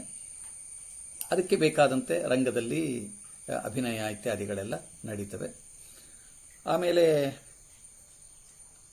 ಈ ಕೃತಿಗಳಲ್ಲಿ ಅವರು ಕೆಲವೊಂದು ಲಕ್ಷ್ಯಗಳನ್ನು ಕೂಡ ಕೊಡ್ತಾರೆ. ಆ ಲಕ್ಷ್ಯಗಳನ್ನು ನಮಗೆ ಗಮನಿಸಿದಾಗ, ಈಗ ಕಾವ್ಯ ಆಗಿದ್ದರೆ ಅಥವಾ ನಾಟ್ಯದ ಪ್ರಭೇದ ಆಗಿದ್ದರೆ ಅವುಗಳಲ್ಲಿ ಆ ನಿದರ್ಶನಗಳನ್ನು ನೋಡಿದಾಗಲೇ ಯಾವ ರೀತಿ ರಸೋತ್ಪತ್ತಿಯಾಗುವುದಕ್ಕೆ ಅನುಕೂಲವಾಗತಕ್ಕಂತಹ ಸಂಗತಿಗಳಿರಬೇಕು, ಸನ್ನಿವೇಶಗಳಿರಬೇಕು, ಮತ್ತು ಸಂಭಾಷಣೆಗಳಿರಬೇಕು ಇತ್ಯಾದಿಗಳು ನಮಗೆ ಗೊತ್ತಾಗ್ತದೆ. ಈ ಕಾವ್ಯ ಆಗಿದ್ದರೆ ಹೇಗೆ ಅಂತ ಒಂದು ಶೃಂಗಾರದ ಒಂದು ಭಾಗ, ಇದು ವಿಪ್ರಲಂಬ ಶೃಂಗಾರದ್ದು. ನಾನು ಉದಾಹರಣೆಗೋಸ್ಕರವಾಗಿ ಹೇಳ್ತಾ ಇದ್ದೇನೆ. ಒಂದು ಸಂಭಾಷಣೆ ನಡೀತದೆ. ಒಂದು ಗಂಡು ಮತ್ತು ಹೆಣ್ಣು ಮಾತಾಡ್ತಾ ಇದ್ದಾರೆ. ಬಾಲೆ, ಏನದು ನಾಥ? ಮುನಿಸ ತೊರೆ ಮಾನಿನಿ, ಎದೆಬೇಗೆ ನಮ್ಮಲ್ಲಿ. ನಿಮ್ಮ ತಪ್ಪೇನಿಲ್ಲಿ, ತಪ್ಪೆಲ್ಲವೂ ನನ್ನದು. ಅಂತಿರಲು ನುಡಿವಾಗ ಬಿಕ್ಕಳಿಸುತ್ತೇ ಕಳುವೆ. ಆರ ಮುಂದಳುವುದು ನನ್ನ ಮುಂದಿದೋ, ನಿನಗೆ ನಾನಾರು? ನಲ್ಲೆ ನಾನಲ್ಲವೆಂದು ಅಳುತ್ತಿರುವುದು ಅಂತ. ಇದು ಸಂಭಾಷಣೆ. ಅವನು ನಲ್ಲೆ ಅಂತ ಹೇಳಿದರೆ ನಾನು ಅಲ್ಲ ಅಂತ ಅಳುತ್ತಾ ಇದ್ದೇನೆ ಅಂತ. ಅಂದರೆ ಗಂಡು ಹೇಳ್ತಾನೆ ನಿನಗೆ ನಾನಾರು ಎನ್ನುವ ಹೆಣ್ಣಿನ ಪ್ರಶ್ನೆಗೆ ನಲ್ಲೆ ಅಂತ ಹೇಳ್ತಾನೆ. ಆದರೆ ಹೆಣ್ಣು ಹೇಳ್ತಾಳೆ ನಾನಲ್ಲವೆಂದು ಅಳುತ್ತಿರುವುದು ಅಂತ. ಈ ಥರದ ಒಂದು ಸಂಭಾಷಣೆ ನಮಗೇನು ಕೊಡ್ತದೆ ಅಂದರೆ, ಅಲ್ಲಿ ಅಗಲಿಕೆಯ ಒಂದು ಭಾವ ಇದೆ ಅಂತ. ಇದನ್ನು ಓದ್ತಾ ಹೋದಂತೆ ನಮಗೆ ಆ ಶೃಂಗಾರ ರಸದ ಅನುಭವ ಉಂಟಾಗಲಿಕ್ಕೆ ಸಾಧ್ಯ ಆಗ್ತದೆ ಅಂತ. ಆಮೇಲೆ ಹಾಸ್ಯ, ಕರುಣ ಇತ್ಯಾದಿ ರಸಗಳ ಕುರಿತಾಗಿ ಸಾಕಷ್ಟು ವಿವರಗಳೆಲ್ಲ ಈ ರಸಕ್ಕೆ ಸಂಬಂಧಪಟ್ಟ ಹಾಗೆ ಶಾಸ್ತ್ರ ಗ್ರಂಥಗಳಲ್ಲಿ ಬರ್ತವೆ. ಇದೇ ಆಧಾರದಲ್ಲಿ ನಾವು ಕನ್ನಡಕ್ಕೆ ಸಂಬಂಧಪಟ್ಟ ಹಾಗೆ ನೋಡಿದರೆ, ಇವತ್ತಿನ ಈ ಒಂದು ಮಾತಿನ ಒಂದು ಮುಖ್ಯ ಭಾಗ ಇದು ಕನ್ನಡದಲ್ಲಿ ಬಂದಂತಹ ಗ್ರಂಥಗಳ ಕುರಿತಾಗಿ ಕೂಡ ಇದೆ. ಅದರಲ್ಲಿ ಕೂಡ ಬಹಳ ಮುಖ್ಯವಾಗಿ ಸಾಳ್ವ ಕವಿಯ ರಸರತ್ನಾಕರ ಎನ್ನುವ ಕೃತಿಯ ಕುರಿತಾಗಿ. ಇಷ್ಟು ವಿಷಯಗಳನ್ನು ಯಾಕೆ ಆರಂಭದಲ್ಲಿ ಹೇಳಿದೆ ಅಂದರೆ, ಇದೆಲ್ಲವೂ ಕೂಡ ಸಂಸ್ಕೃತದ ಒಂದು ಆಧಾರ ಅಥವಾ ಒಂದು ಅಡಿಪಾಯ, ಇವುಗಳನ್ನು ಬಳಸಿಕೊಂಡೇ ಕನ್ನಡದಲ್ಲಿ ಬೆಳೆದು ಬಂದಂತಹ ಒಂದು ಶಾಸ್ತ್ರ ಇದು. ಕನ್ನಡದಲ್ಲಿ ನಾವು ಗಮನಿಸಿದರೆ 9ನೇ ಶತಮಾನದಲ್ಲಿ ಒಬ್ಬ ಶ್ರೀವಿಜಯನ್ ಎನ್ನುವಂತಹ ಕವಿಯಿಂದ ಕವಿರಾಜ ಮಾರ್ಗ ಅಂತ ಒಂದು ಲಕ್ಷಣ ಗ್ರಂಥ ಬಂದಿದೆ. ಆ ಲಕ್ಷಣ ಗ್ರಂಥದಲ್ಲಿ ಕೂಡ ಈ ರಸಗಳ ಬಗ್ಗೆ ಮೊದಲಿಗೆ ಕನ್ನಡದಲ್ಲಿ ಪ್ರಸ್ತಾಪ ಆಗ್ತದೆ. ಅವನು ದಂಡಿಯ ಕಾವ್ಯಾದರ್ಶವನ್ನು ಅನುಸರಿಸಿ ತಾನು ಬರೆದಿದ್ದೇನೆ ಅಂತ ಹೇಳಿಕೊಳ್ತಾನೆ. ಅದರಲ್ಲಿ ಅವನು ಈ ರಸಗಳ ಬಗ್ಗೆ ಪ್ರಸ್ತಾಪ ಮಾಡ್ತಾನೆ. ಆದರೆ ಆ ಕಾಲಕ್ಕಾಗುವಾಗ ರಸಗಳು 9 ಆಗಿದೆ. ದಂಡಿಯಲ್ಲಿ ಇರುವಂತಹ ರಸಗಳ ಸಂಖ್ಯೆ 8 ಇದ್ದರೂ ಕೂಡ, ದಂಡಿಯ ಕಾವ್ಯಾದರ್ಶದಲ್ಲಿ 8 ರಸಗಳೇ ಇದ್ದರೂ ಕೂಡ, ಕವಿರಾಜ ಮಾರ್ಗಕ್ಕಾಗುವಾಗ ಒಂದಷ್ಟು ಕಾಲ ಕಳೆದು ಮತ್ತು ಅಧ್ಯಯನದ ವ್ಯಾಪಕತೆಯೋ ಅಥವಾ ಇತರ ಗ್ರಂಥಗಳು ಆ ಹೊತ್ತಿನಲ್ಲಿ ಬಂದಿತ್ತೋ ಏನೋ, ಆದರೆ ಕವಿರಾಜ ಮಾರ್ಗಕಾರ ಇತರ ಗ್ರಂಥಗಳ ಬಗ್ಗೆ ಪ್ರಸ್ತಾಪ ಮಾಡುವುದಿಲ್ಲ. ಬದಲಾಗಿ ಆತ 9 ರಸ ಅಂತ ಹೇಳ್ತಾನೆ. ಆಮೇಲೆ ಅದರ ಒಂದು ಸಂದರ್ಭವನ್ನು ನಾವು ನೋಡುವ. ವೀರಾದ್ಭುತ ಕರುಣಾ ಶೃಂಗಾರ ಭಯಾನಕ ಸ ರೌದ್ರ ಭೀಭತ್ಸ ಮಹಾ ಸಾರತರ ಹಾಸ್ಯ ಶಾಂತಾಧಾರಂ ನವವಿಧ ಕಲ್ಪಂ ಆ ರಸಮಾರ್ಗಂ ಅಂತ ಹೇಳ್ತಾನೆ. ಅವನು ನವವಿಧ ಅಂತ ಹೇಳ್ತಾನೆ. ಹಾಗೆಯೇ 12ನೇ ಶತಮಾನದಲ್ಲಿ ಬಂದಂಥ ಕಾವ್ಯಾವಲೋಕನ ಗ್ರಂಥ ರಚನಕಾರನಾದಂಥ ನಾಗವರ್ಮ ಅವನು ಕೂಡ ಈ ವಿಷಯದ ಕುರಿತಾಗಿ, ರಸದ ಕುರಿತಾಗಿ ಬರೆದಿದ್ದಾನೆ. ಇರಲಿ, ಇಬ್ಬರು ಬಹಳ ಮುಖ್ಯವಾಗಿ ಈ ಆರಂಭಿಕರು ಕನ್ನಡದಲ್ಲಿ, ಒಬ್ಬ ಕವಿರಾಜ ಮಾರ್ಗಕಾರನಾದ ಶ್ರೀವಿಜಯ, ಇನ್ನೊಬ್ಬ 2ನೇ ನಾಗವರ್ಮ. ಅವನ ಕಾವ್ಯಾವಲೋಕನ ಗ್ರಂಥ. ಈ ಶ್ರೀವಿಜಯ ಅವನು ಅಂದರೆ ಕವಿರಾಜ ಮಾರ್ಗಕಾರ, ನವವಿಧ ರಸಂಗಳಂ ಮನಕೆ ವರೆ ನಿರೂಪಿಸುವ ವಚನ ವಿರಚನೆ ರಸವದ್ ವಿವಿಧಾಳಂಕಾರಂ ಕುರಿತು ವಿಕಲ್ಪಿಸಿ ತೋರ್ಪೆನ್ ಅದರಿಂದ ಅದರ ಲಕ್ಷ್ಯಕ್ರಮಮಂ ಅಂತ ಹೇಳ್ತಾನೆ. ರಸಗಳ, ನವರಸಗಳ ಕುರಿತಾಗಿ ಲಕ್ಷ್ಯ ಸಹಿತವಾಗಿ ಅದರ ಲಕ್ಷಣ ಏನು ಎನ್ನುವುದನ್ನು ಹೇಳ್ತೇನೆ ಅಂತ ಅವನು ಬಹಳ ಸಂಕ್ಷಿಪ್ತವಾಗಿ ರಸಕ್ಕೆ ಸಂಬಂಧಪಟ್ಟವಾಗ ಒಂದೊಂದು ರಸಕ್ಕೆ 1-2 ಸೂತ್ರ ಪದ್ಯಗಳು, ಆಮೇಲೆ ಅದಕ್ಕೆ ಲಕ್ಷ್ಯ ಪದ್ಯಗಳನ್ನು ಕೊಡ್ತಾನೆ. ಲಕ್ಷಣವನ್ನು ಸೂತ್ರಪ್ರಾಯವಾಗಿ ಸಂಕ್ಷೇಪವಾಗಿ ಹೇಳಿ ಆಮೇಲೆ ಅದಕ್ಕಿರುವ ಲಕ್ಷ್ಯ ಪದ್ಯಗಳನ್ನು ಕೂಡ ಕೊಡ್ತಾ ಬರ್ತಾನೆ. ಅವನು ರಸವನ್ನು ರಸಮಾರ್ಗಂ ಅಂತ ಹೇಳ್ತಾನೆ. ರಸಮಾರ್ಗಂ ಅಂತ ಹೇಳಿದರೆ ಒಂದು ರೀತಿಯಲ್ಲಿ ನೋಡಿದರೆ ಅದು ಪರಂಪರಾಗತವಾಗಿ ಬಂದದ್ದು ಎಂಬ ಅರ್ಥವು ಕೂಡ ಬರ್ತದೆ. ರಸಮಾರ್ಗಂ ಅಂತ ಇದು ಪರಂಪರಾಗತವಾಗಿ ನಾವು ಒಪ್ಪಿತವಾದ ವಿಷಯ ಅಂತ. ಆದ್ದರಿಂದ ಅದಕ್ಕಿರತಕ್ಕಂತಹ ವಿವರಗಳೇನು ಅಂತ ಒಂದು ಸಂದರ್ಭವನ್ನು ನಾವು ನೋಡುವ. ಈಗ ವೀರರಸ ಅಂತ ಇಟ್ಟುಕೊಳ್ಳುವ. ಅದರಲ್ಲಿ ಅವನೊಂದು ಅದನ್ನು ಹೇಳುವಂಥ ರೀತಿ ನೋಡಿ. ರಾವಣನಂ ಕೊಂದು ಜಯ ಶ್ರೀವಧುವಂ ತಾಳ್ದಿ ಮುಯ್ಪುನೊಳ್ ವರ ಸೀತಾದೇವತೆಯಂ ತರ್ಪನ್ನೆಗಂ ಓವದೆ ಪುರುಷವ್ರತೋಚಿತ ವೀರರಸಂ ಅಂತ ಅವನು ರಾವಣನನ್ನು ಕೊಂದ ರಾಮನ ವೀರ ಅಥವಾ ವೀರತ್ವ ಇದನ್ನು ಆತ ನಿದರ್ಶನವಾಗಿ ಕೊಡ್ತಾನೆ. ಅದು ಹೇಗಿರಬೇಕು, ವೀರರಸ ಅಂದರೆ ಏನು ಎನ್ನುವುದಕ್ಕೆ ಆತ ಕೊಡುವಂತಹ ಒಂದು ನಿದರ್ಶನ ಇದು. ರಾವಣನನ್ನು ಕೊಂದಂತಹ ರಾಮ ಸೀತೆಯನ್ನು ಹೇಗೆ ಮರಳಿ ಪಡೆದ ಅಂತ, ಸೀತಾದೇವಿಯನ್ನು ಆತ ಪಡೆಯತಕ್ಕಂಥ ಒಂದು ರೀತಿ, ಅದು ವೀರತ್ವ, ವೀರರಸಕ್ಕೆ ಒಂದು ನಿದರ್ಶನ ಅಥವಾ ಒಂದು ಲಕ್ಷ್ಯ ಅಂತ. ಈ ಪದ್ಯದಲ್ಲೇ ಅದಕ್ಕೆ ಒಂದು ಬೇಕಾದ ನಿದರ್ಶನವನ್ನು ಕೊಡ್ತಾನೆ, ಲಕ್ಷಣವನ್ನು ಕೊಡ್ತಾನೆ, ಅದೇ ರೀತಿಯಲ್ಲಿ ಒಂದು ಲಕ್ಷ್ಯವನ್ನು ಕೂಡ ಕೊಡ್ತಾನೆ. ಆಮೇಲೆ ಕರುಣಾರಸಕ್ಕೆ ಒಂದು ಪದ್ಯವನ್ನು ಇಲ್ಲಿ ನೋಡುವ. ಉದಾಹರಣೆಗಾಗಿ, ಕರೆ ಕರೆದು ಮನೋಧೃತಿಯಂ ನೆರೆವಾಸೆಯೊಳಿರ್ದಳ್ ಅಲ್ಲದುಳಿದೊಡೆ ನಿನ್ನಾ ವಿರಹಾನಳನ್ ಆ ತಾಪದೆ ಕರಗುಗುಂ ಇನ್ನಾಕೆಗಿನಿಸು ಕರುಣಿಸು ಮನದೊಳ್. ಇದು ಒಂದು ಬೇಡಿಕೆ. ಕರೆ ಕರೆದು ಮನೋಧೃತಿಯಂ ನೆರೆವಾಸೆಯೊಳಿರ್ದಳ್ ಅಲ್ಲದೆ ಉಳಿದೊಡೆ ನಿನ್ನ ಆ ವಿರಹಾನಳನ್, ನಿನ್ನ ವಿರಹವೆನ್ನುವಂತಹ ಬೆಂಕಿ ಅಥವಾ ಬೆಂಕಿಯ ತಾಪದೆ ಕರಗುಗುಂ ಇನ್ನಾಕೆಗೆ ಇನಿಸು ಕರುಣಿಸು ಅಂತ ಕೇಳುವ ಒಂದು ಸನ್ನಿವೇಶ. ಇದು ಕರುಣರಸಕ್ಕೆ ಒಂದು ಲಕ್ಷ್ಯ. ಈ ರೀತಿ ಬೇರೆ ಬೇರೆ ರಸಕ್ಕೆ ಬೇರೆ ಬೇರೆ ರೀತಿಯಲ್ಲಿ ಕೊಡ್ತಾನೆ. ಈಗ ಶೃಂಗಾರ ರಸದ ಒಂದು ಪದ್ಯವನ್ನು ನೋಡುವ. ಅದರಲ್ಲಿ ಪುಳಕಿತ ಕಪೋಳ ಫಳಕಂ ವಿಳಸಿತ ಮದಿರಾರುಣೇ ಕ್ಷಣಂ ಸ್ಫುರಿತೋಷ್ಠಂ ಕೆಳದಿ ನಿನ್ನ ಮುಖಂ ತಳಮಳಗೊಳಿಸುಗುಂ ಇಂತುಂ ನಿಭೃತ ಶೃಂಗಾರ ರಸಂ ಅಂತ. ಇದು ಗೆಳತಿಯನ್ನು ವರ್ಣಿಸ್ತಕ್ಕಂಥ ಒಂದು ಸಂದರ್ಭ. ಅವಳ ಪುಳಕಿತ ಕಪೋಲ, ಆಮೇಲೆ ವಿಳಸಿತ ಅಂದರೆ ಅರಳಿದ ವಿಶಾಲವಾದ, ಮದಿರಾರುಣೆಯ ಕ್ಷಣಂ ಅವಳ ಕಣ್ಣುಗಳು ಹೇಗಿತ್ತು ಅಂತ, ಆಮೇಲೆ ಓಷ್ಠಗಳು ಅಂದರೆ ತುಟಿಗಳು, ಸ್ಫುರಿತೋಷ್ಠ, ಕೆಳದಿ ನಿನ್ನ ಮುಖಂ ತಳಮಳಗೊಳಿಸುಗುಂ ಅಂತ. ಅಂದರೆ ಆ ವರ್ಣನೆಯನ್ನು ಮಾಡುತ್ತಾ ಹೋಗುವ ರೀತಿಯೇ ಸಾಹಿತ್ಯದಲ್ಲಿ ಒಂದು ಶೃಂಗಾರ ರಸ ಪ್ರತಿಪಾದಿತ ಆಗತಕ್ಕ ಸಂದರ್ಭ ಅಂತ. ಹಾಗೆ ಭಯಾನಕ, ರೌದ್ರ, ಭೀಭತ್ಸ ರಸ ಇತ್ಯಾದಿಗಳಿಗೆಲ್ಲ ಸಂಬಂಧಪಟ್ಟ ಹಾಗೆ ಅನೇಕ ಪದ್ಯಗಳನ್ನು ಆತ ಕೊಡ್ತಾನೆ. ಇವುಗಳೆಲ್ಲವನ್ನು ನಾವು ಕವಿರಾಜ ಮಾರ್ಗದಲ್ಲಿ ಸಹಜವಾಗಿ ಕಾಣಬಹುದು. ಆಮೇಲೆ ಆಮೇಲೆ ನಾನೀಗ ಪ್ರಮುಖವಾಗಿ ಇಲ್ಲಿ ಆಯ್ಕೆ ಮಾಡಿ ಹೇಳುವಂಥದ್ದು ಸಾಳುವ ಕವಿಯ ಬಗ್ಗೆ. ಇನ್ನು ನಾಗವರ್ಮ ಇತ್ಯಾದಿ ಅನೇಕ ಮಂದಿ ಮಹನೀಯರು ಇದನ್ನೆಲ್ಲ ರಸದ ಬಗ್ಗೆ ಒಂದಿಷ್ಟಿಷ್ಟು ಅಲ್ಲಲ್ಲಿ ಪ್ರಸ್ತಾಪ ಮಾಡಿದ್ದಾರೆ. ನಾಗವರ್ಮ ಬಹಳ ಸಂಕ್ಷಿಪ್ತವಾಗಿ ಒಂದು ಕಡೆ ರಸದ ಬಗ್ಗೆ ಒಂದಿಷ್ಟು ಪ್ರತಿಪಾದನೆ ಮಾಡ್ತಾನೆ. ಆಮೇಲೆ ನಮ್ಗೆ ಬಹಳ ಪ್ರಮುಖವಾಗಿ ಒಬ್ಬ ಲಾಕ್ಷಣಿಕ ಕಾಣಸಿಗುವುದು ಸಾಳ್ವ. ಅವನ ಗ್ರಂಥದ ರಸರತ್ನಾಕರ ಅಂತ ನೀವು ನೋಡ್ಬೋದು.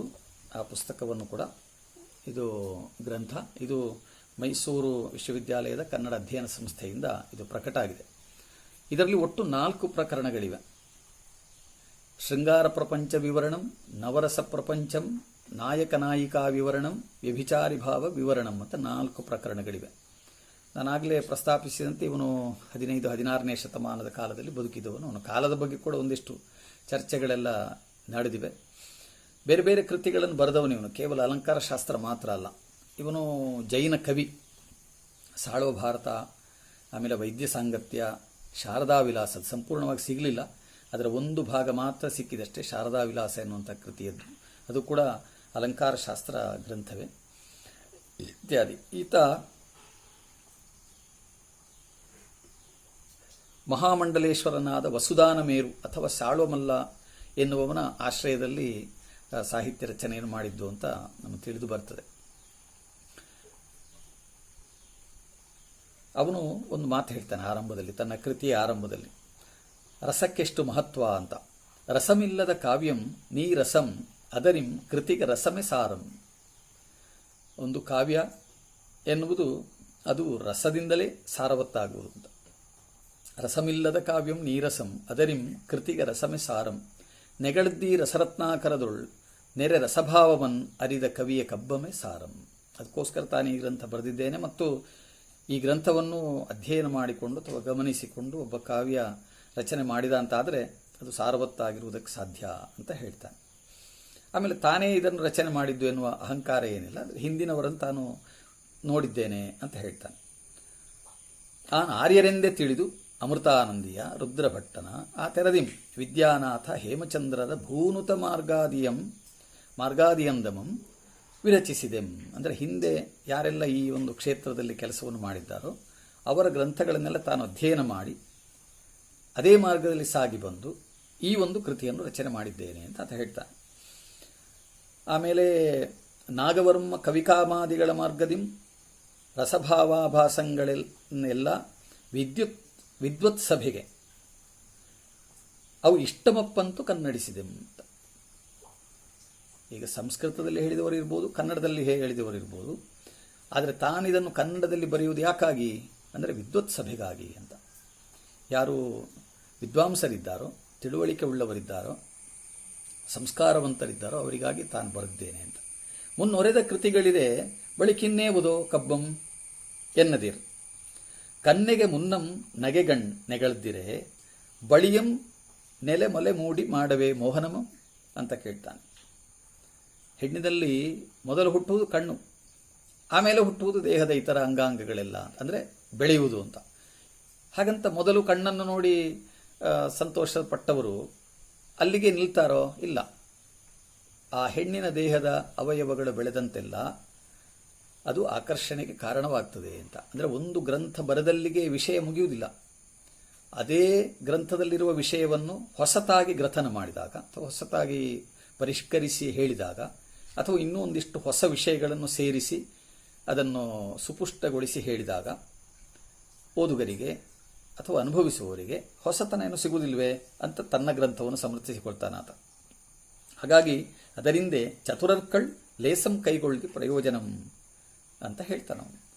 ಆದರೆ ಅದೇ ರೀತಿಯಲ್ಲಿ ಆತನ ಈ ಗ್ರಂಥವು ಕೂಡ ಒಟ್ಟು ಒಂದು 148 ಸೂತ್ರಗಳಲ್ಲಿ ಆತ ಈ ರಸಗಳ ಕುರಿತಾಗಿ ಪ್ರತಿಪಾದನೆಯನ್ನು ಮಾಡ್ತಾನೆ. ಅಂದರೆ ಬಹಳ ಸಂಕ್ಷಿಪ್ತ ಅಂತ ನೋಡ್ಬೋದು. ಈ ಗ್ರಂಥ ತುಂಬ ದೀರ್ಘ ಏನಲ್ಲ, ಆದರೆ ಆತ ಸಾಕಷ್ಟು ಲಕ್ಷ್ಯಗಳನ್ನು ಕೊಟ್ಟು ಈ ಲಕ್ಷಣವನ್ನು ಹೇಳ್ತಾನೆ. ಇದು ಬಹಳ ಮುಖ್ಯ. ಆದರೆ ಮುಖ್ಯವಾಗಿ ನಮಗೆ ಇದರಲ್ಲಿರುವಂಥ ಒಂದು ತೊಡಕೇನಂತ ಹೇಳಿದರೆ, ಯಾವ ಕವಿಯಿಂದ ತಾನಿದನ್ನು ತಗೊಂಡಿದ್ದೇನೆ ಅದನ್ನು ಸಹಜವಾಗಿ ಅಲ್ಲಿ ಪ್ರಸ್ತಾಪ ಮಾಡುವುದಿಲ್ಲ. ಹಾಗೆ ಮಾಡಿದ್ದಿದ್ದರೆ ಅನೇಕ ಮಂದಿ ಕವಿಗಳು ಮತ್ತು ಅವರ ಕಾವ್ಯ ಇವುಗಳೆರಡರ ಒಂದು ಸಂಬಂಧ, ಅದರ ಪರಿಚಯ ಇತ್ಯಾದಿಗಳು ಕನ್ನಡ ಓದುಗರಿಗೆ ಸಿಕ್ತಿತ್ತು. ಇರಲಿ, ಅದು ಇನ್ನೊಂದು ವಿಷಯ. ಆಮೇಲೆ ಇದರಲ್ಲಿ ಅವನು ಹೇಳಿದಂತಹ ಕೆಲವು ಸಂಗತಿಗಳ ಕುರಿತಾಗಿ ನಾವು ಯೋಚನೆ ಮಾಡುವ, ಏನೇನು ವಿಷಯಗಳ ಕುರಿತಾಗಿ ಆತ ಹೇಳ್ತಾನೆ ಅಂತ.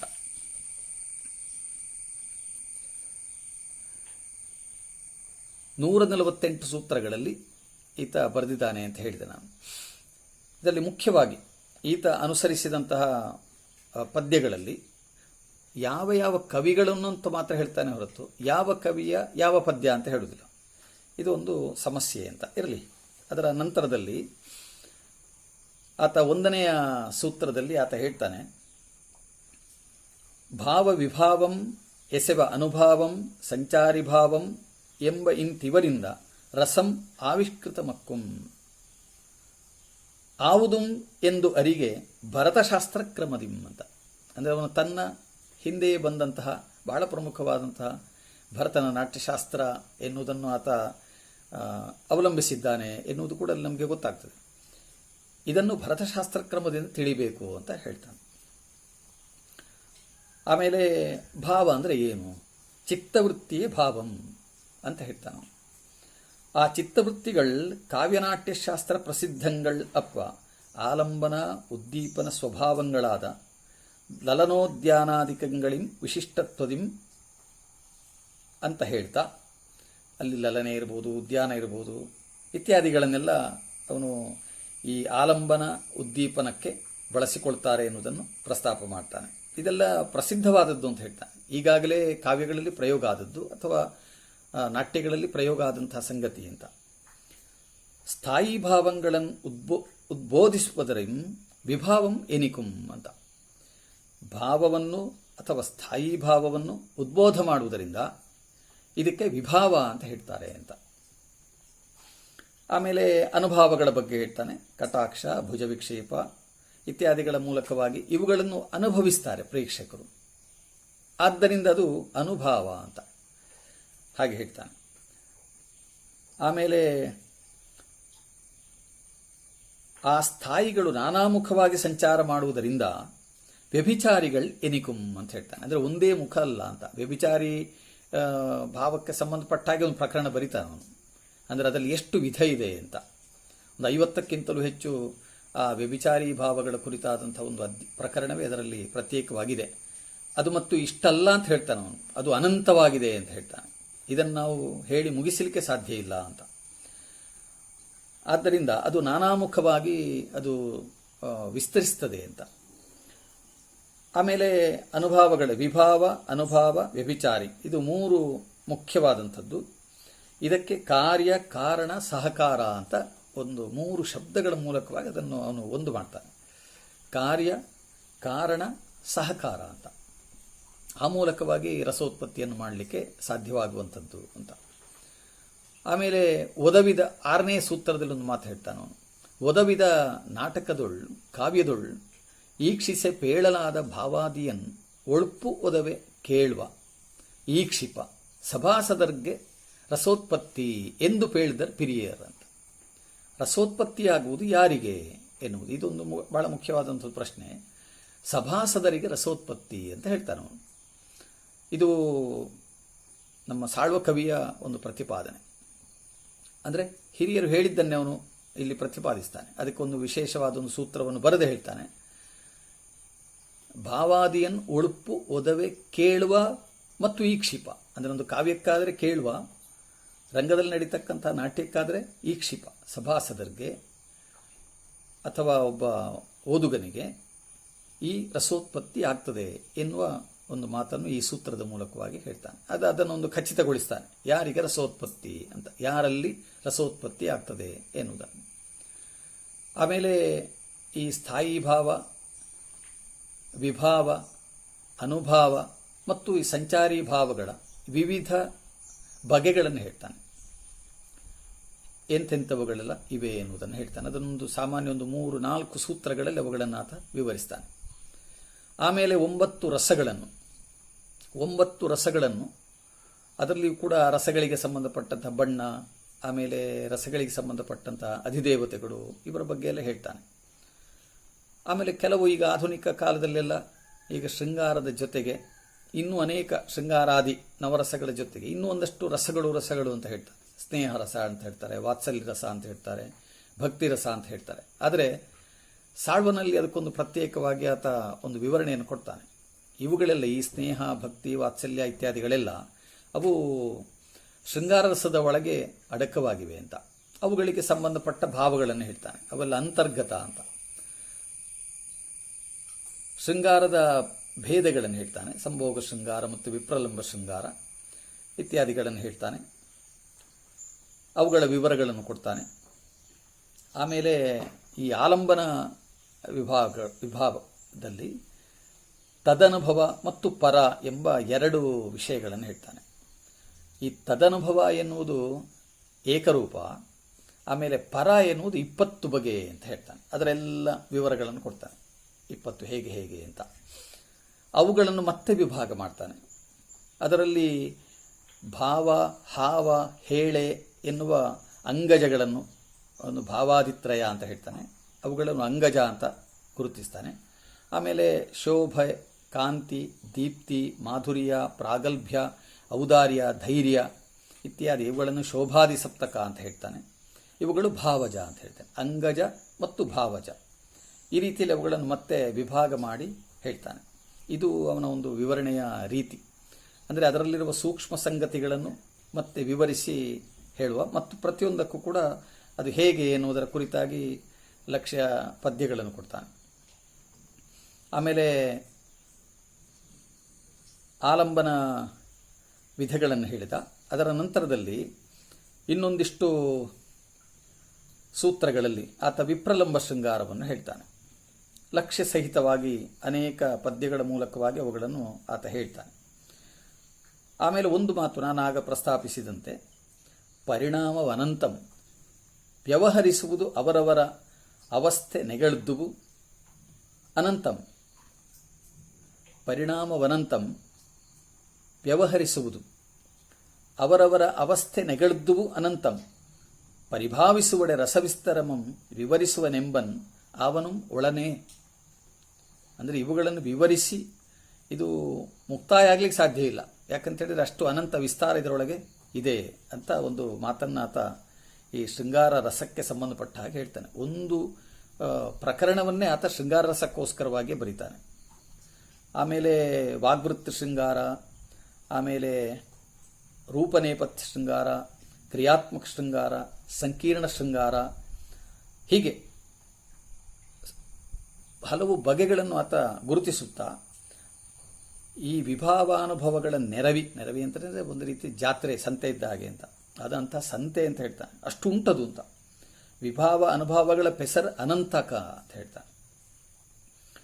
ವಿಭಾವಾದಿಗಳ ರಸಪೋಷಕಗಳಲ್ಲದೆ ತಾವೇ ರಸಗಳಲ್ತು ಅಂತ. ಕೆಲವೊಮ್ಮೆ ನಾವು ರಸವಲ್ಲದ್ದನ್ನು ರಸ ಅಂತ ಗುರುತಿಸುವ ಸಂದರ್ಭದ ಅಪಾಯವನ್ನು ಆತ ಮೊದಲೇ ಗ್ರಹಿಸಿ ಇದನ್ನು ಹೇಳ್ತಾನೆ. ವಿಭಾವಾದಿಗಳು ಅವುಗಳ ರಸಗಳಲ್ಲ ಅಂತ, ತಾವೇ ರಸಗಳಲ್ತು ಅಂತ ಈ ರೀತಿಯಲ್ಲಿ ಆತ ಪ್ರಸ್ತಾಪ ಮಾಡ್ತಾನೆ. ಆಮೇಲೆ ಉಳಿದ ರಸಗಳ ಬಗ್ಗೆ ನವರಸ ಪ್ರಪಂಚಂ ಅಂತ ಇನ್ನೊಂದು ಪ್ರಕರಣ ಉಂಟು. ಸರಿಸುಮಾರು ಒಂದು 43 ಸೂತ್ರದವರೆಗೆ ಶೃಂಗಾರ ರಸದ ಬಗ್ಗೆ ಆತ ಬರೀತಾನೆ. ಆಮೇಲೆ 44ರಿಂದ ನಂತರಕ್ಕೆ ಆತ ಇತರ ರಸಗಳ ಬಗ್ಗೆ ಬರೀತಾನೆ. ಅದರಲ್ಲಿ ಹಾಸ್ಯರಸ, ಹಾಸ್ಯಾದಿ ಎಲ್ಲ ರಸಗಳು ಕೂಡ ಬರುತ್ತೆ. ಹಾಸ್ಯ, ಕರುಣ, ರೌದ್ರ, ಆಮೇಲೆ ಅದ್ಭುತ, ಭೀಭತ್ಸ ಇತ್ಯಾದಿ ಶಾಂತರಸದವರೆಗೂ ಕೂಡ ಇದರ ವಿವರಗಳೆಲ್ಲ ಬರ್ತವೆ. ಈ ರೀತಿಯಲ್ಲಿ ಬಹಳ ಮುಖ್ಯವಾಗಿ ಅದರಲ್ಲಿ ಒಂದು ಅಂಶವನ್ನು ನಾವು ಗಮನಿಸುವ. ಇತರ ರಸಗಳ ಬಗ್ಗೆ ಎಲ್ಲ ಸಾಮಾನ್ಯ ನಾವು ಎಲ್ಲ ಗ್ರಂಥಗಳಲ್ಲಿಯೂ ಕೂಡ ಇದನ್ನು ಓದ್ತೇವೆ. ಅದರಲ್ಲಿ ಶಾಂತರಸದ ಬಗ್ಗೆ ಆತ ಬರೆದಂತಹ ಒಂದು ಪದ್ಯವನ್ನು ನಾವು ನೋಡುವ.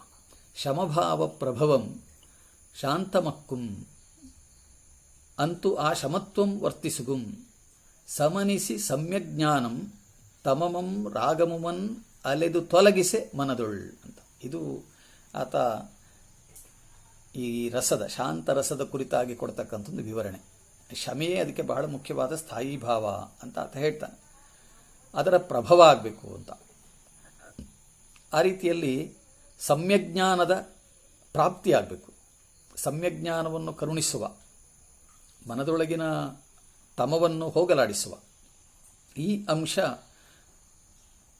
ಇದು ಶಾಂತರಸದ ಅನುಭವ ಅಂತ ಹೇಳ್ತಾನೆ. ಆಮೇಲೆ ವೃತ್ತಿ ಕೊಡ್ತಾನೆ ಅವನು. ಈ ಸೂತ್ರಗಳನ್ನು ಲಕ್ಷಣಗಳನ್ನು ಹೇಳ್ತಾ, ಸೂತ್ರಗಳಲ್ಲಿ ಲಕ್ಷ್ಯಗಳನ್ನು ಹೇಳ್ತಾ ಲಕ್ಷ್ಯವನ್ನು ಕೊಟ್ಟು ಆಮೇಲೆ ಅದಕ್ಕೆ ಬೇಕಾದಂಥ ಒಂದಷ್ಟು ವಿವರಣೆಗಳನ್ನು ಕೊಡ್ತಾನೆ. ಇದು ಬಹಳ ಮುಖ್ಯವಾದಂಥ ಸಂಗತಿ. ಒಂದು ಸೂತ್ರವನ್ನು ಅರ್ಥ ಮಾಡಿಕೊಳ್ಬೇಕಾದ್ರೆ ಒಂದು ವೃತ್ತಿಯನ್ನು ಬರೆಯುವ ಮೂಲಕವಾಗಿ, ಒಂದು ಟಿಪ್ಪಣಿ ಬರೆಯುವ ಮೂಲಕವಾಗಿ ಪೋಷಕವಾದ ಅನೇಕ ಅಂಶಗಳನ್ನು ಆತ ಈ ಗ್ರಂಥದಲ್ಲಿ ಕೊಡ್ತಾನೆ.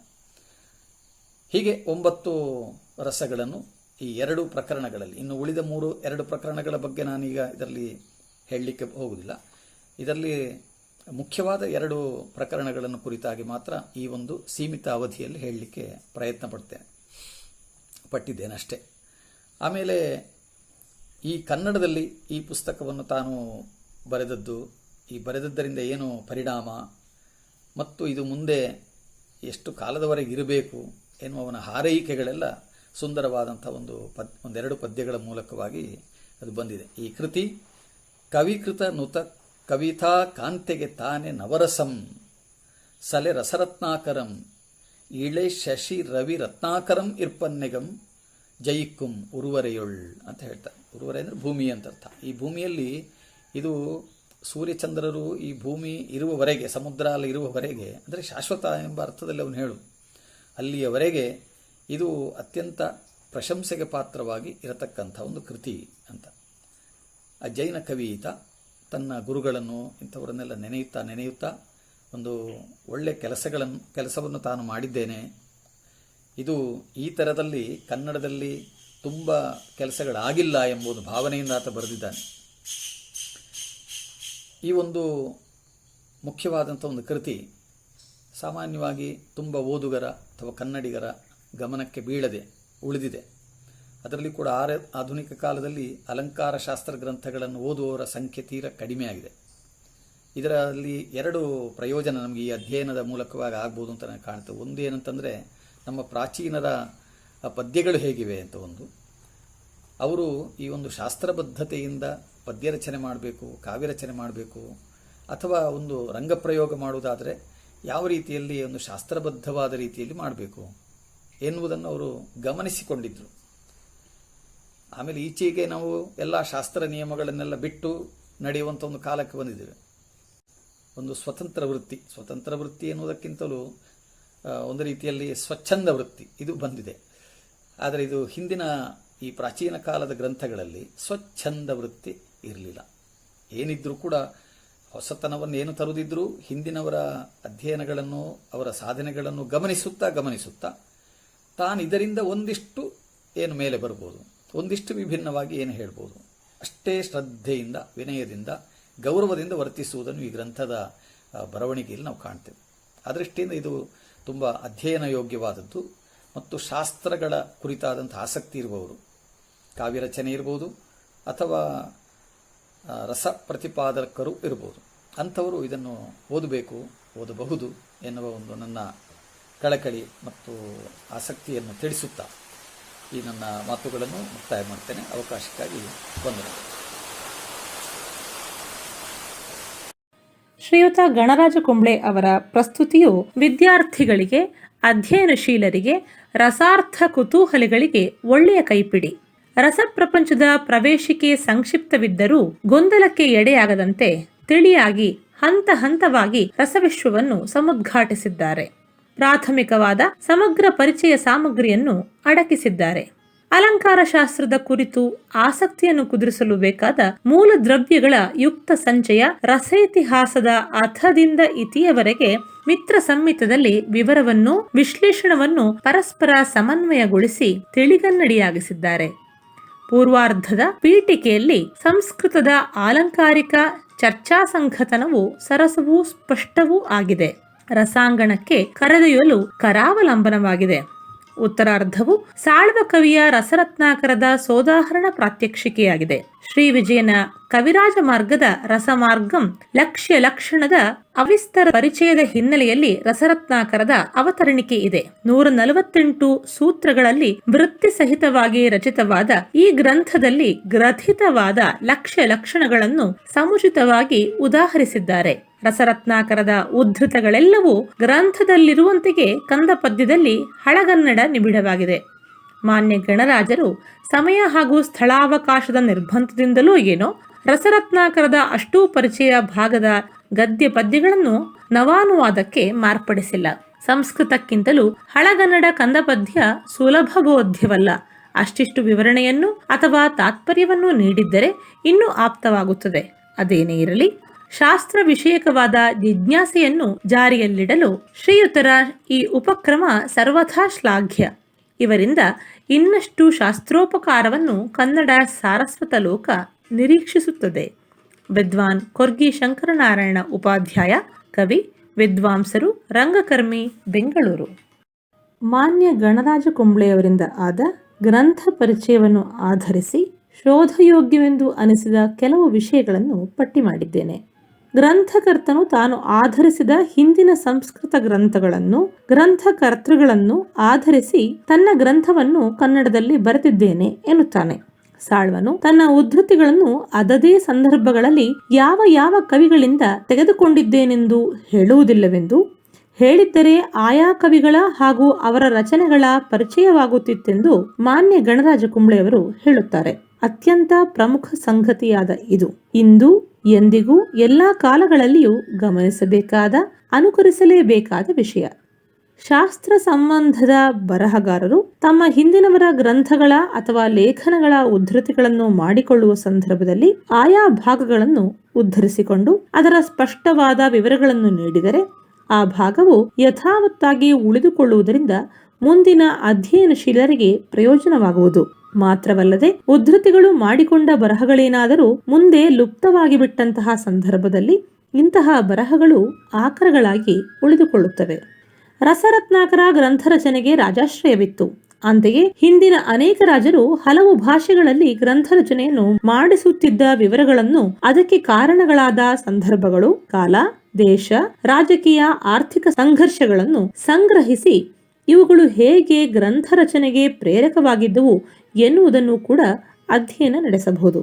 ಪರಿಭಾಷೆಗಳು ಯಾವುದೇ ವಿದ್ಯೆಯಲ್ಲಿಯೂ ಬಹಳ ಮುಖ್ಯವಾದುದು. ರಸರತ್ನಾಕರದಲ್ಲಿರುವ ಕನ್ನಡ ಪರಿಭಾಷೆಗಳ ಪಟ್ಟಿ, ಅವುಗಳ ಇತಿಹಾಸ, ಬೆಳವಣಿಗೆ, ಅದರಲ್ಲಿ ಯಥಾವತ್ತಾಗಿ ಉಳಿದುಕೊಂಡಿರುವ ಸಂಸ್ಕೃತ ಪರಿಭಾಷೆಗಳ ಪಟ್ಟಿ ಹಾಗೂ ಹಾಗೆ ಅವು ಉಳಿಯಲು ಕಾರಣಗಳು, ಅವೇ ಪರಿಭಾಷೆಗಳಿಗೆ ಬೇರೆ ಬೇರೆ ಭಾಷೆಗಳಲ್ಲಿರುವ ಹೆಸರುಗಳು ಇತ್ಯಾದಿಗಳ ಬಗ್ಗೆ ಅಧ್ಯಯನ ನಡೆಸಬಹುದು.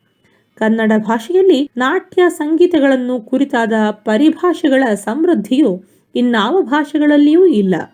ಆದರೆ ಈಚೀಚೆಗೆ ಈ ಪರಿಭಾಷೆಗಳು ನಷ್ಟವಾಗುತ್ತಿದೆ. ಈ ನಷ್ಟವು ಕಲಾಲೋಕಕ್ಕೆ ಬಾಧೆಯೋ ಉಪಕಾರವೋ?